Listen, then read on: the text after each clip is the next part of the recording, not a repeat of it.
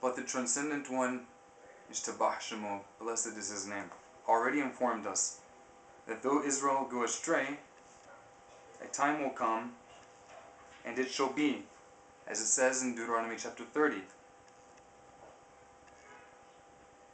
it shall be that when all these things have come on you, upon the people of Israel, the blessing and the curse which I have set before you, and among all the nations where the Transcendent One, your venerable authority, shall drive you,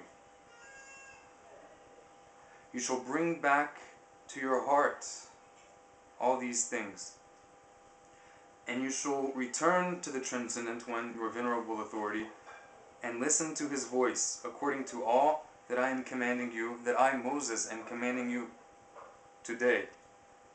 Moses speaking or writing as the messenger of the Almighty, as understood. Notice, it says that when they return, they shall return according to all that was commanded today, the day that this occurred, that the Torah was given. And you and your sons, with all your heart and with all your soul. Then the Transcendent One, your venerable authority, shall turn your captivity, and He will have pity on you, and will return and gather you from all the nations where the Transcendent One, your venerable authority, has scattered you. If you are cast out to the end of the heavens, even from there the Transcendent One, your venerable authority, will gather you, and He shall take you from there.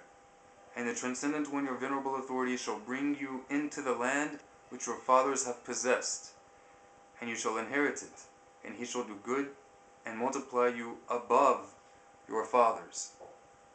Again, a possible reference to Isaiah 53, or basis, not reference, where the servant who is exalted becomes very lowered, crushed, and then after his suffering, after his being destroyed and having been put in the grave with the rich, the haughty, the wicked, as these previous chapters in Deuteronomy have quite clearly related similar graphic images in relation to the people of Israel, that they would be destroyed for all practicality.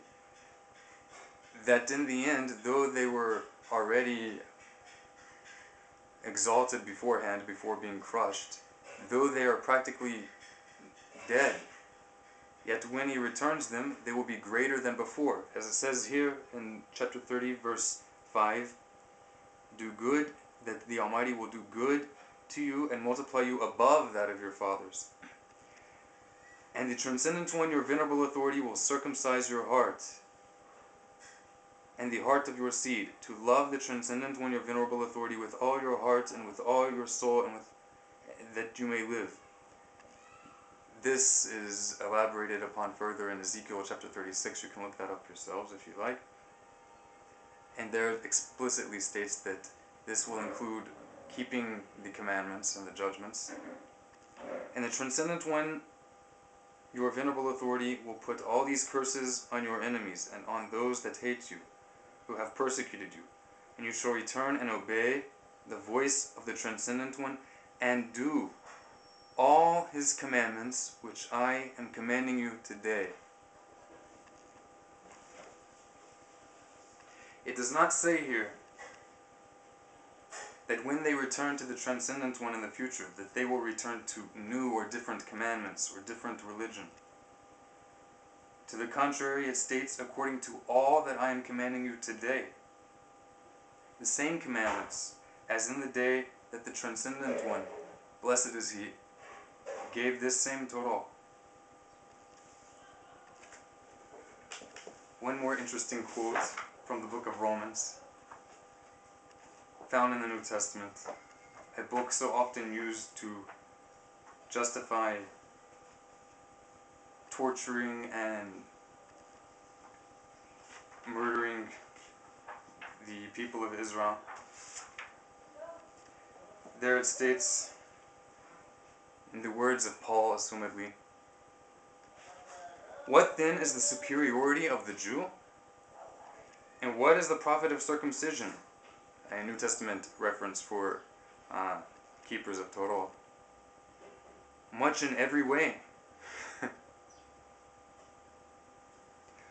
For first, indeed, it is they who are entrusted with the oracles of the Almighty. For so what if some of them have not believed? Will their unbelief nullify the faithfulness of the Almighty? Perish the thought. اشتباه شمال وعال. هو شنعمان لبريتو. He who is faithful to his covenant.